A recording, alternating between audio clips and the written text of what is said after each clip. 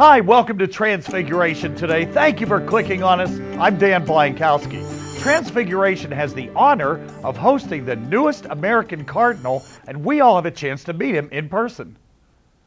Cardinal Wuerl, the Archbishop of Washington, D.C., will be visiting his family and Georgia and celebrating the noon Mass on Sunday, May 29th, right here at Transfiguration. One of only 18 American Cardinals, Cardinal Wuerl was elevated to the College of Cardinals back in November of 2010. An ardent advocate for Catholic education, Cardinal Wuerl is Chancellor of the Catholic University up in Washington, D.C. So come on out, welcome His Eminence at the noon Mass, and then take advantage of the opportunity to meet him at the reception, which will follow immediately afterwards in Bishop Hall. Now for some background on Cardinals.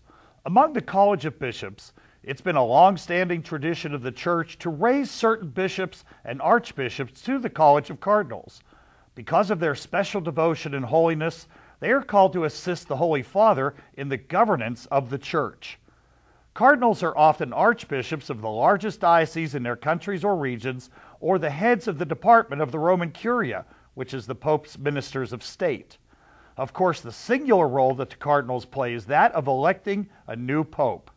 Because the cardinals are called to help the Pope in his leadership of the Church, they are also linked in a special way to the Diocese of Rome, and some are named the pastor, in name only, of churches in and around Rome. Transfiguration once again gets a chance to host the future priests of the Archdiocese. The Knights of Columbus Transfiguration Council 10362 is sponsoring Dinner with a Seminarian on Wednesday, June 1st, beginning with the 5:30 Mass, followed by a prime rib dinner in the social hall. This event gives everyone the opportunity to support these men in their formation of the priesthood, and also presents a chance to get to know them on a personal level over a shared meal.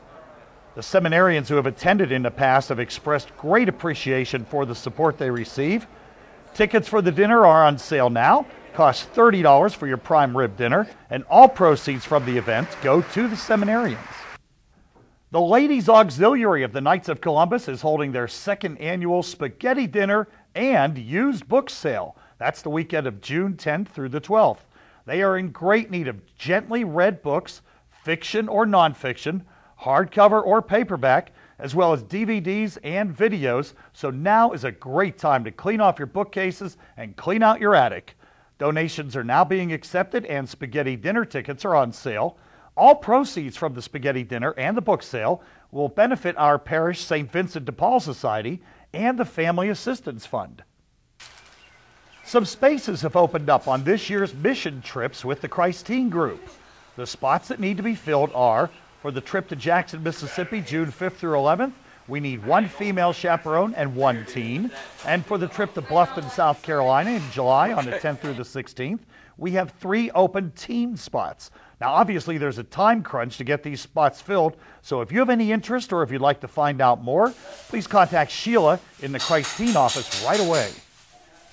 It's summertime and people go on vacation, but Perpetual Adoration is, well, perpetual. There are many needs for adorers, especially during the summer months.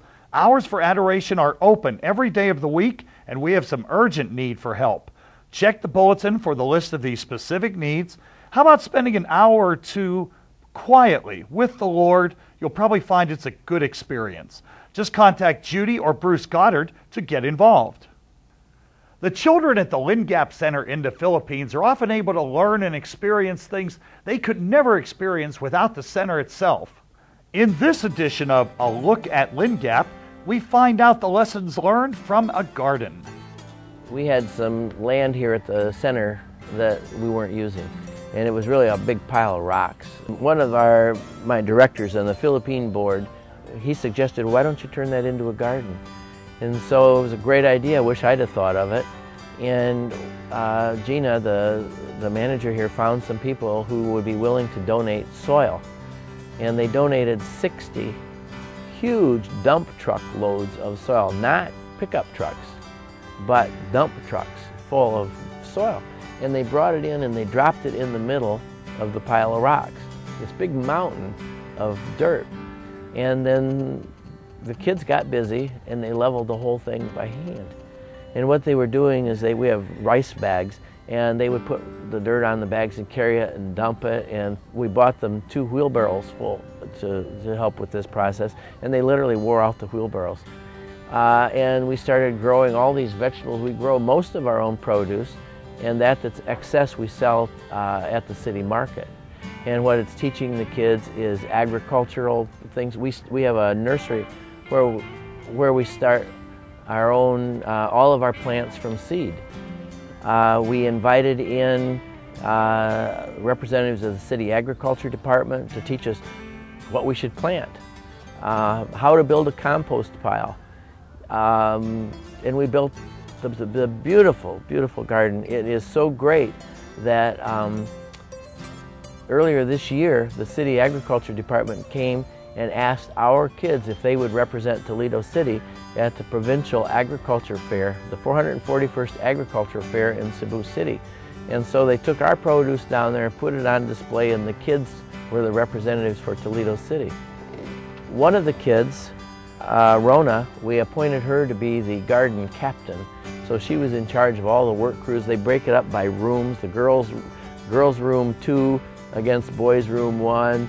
And so she coordinated this whole thing, and she started this year, and she's in her first year at the university, majoring in agriculture.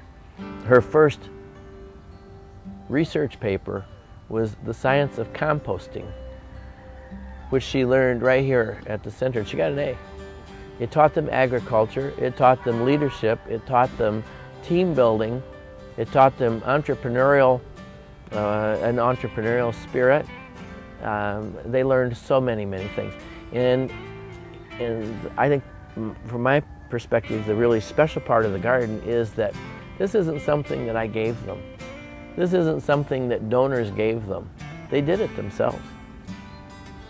There was a pile of dirt, and they turned it into a spectacular garden. And it really is spectacular. And that's it for another edition of Transfiguration Today. Thank you for clicking on us. We'll be back here with a fresh new edition starting on June 8th. Until then, if you have anything you'd like to contribute, something we can help you promote, just contact Matt Calvo, our king of all media.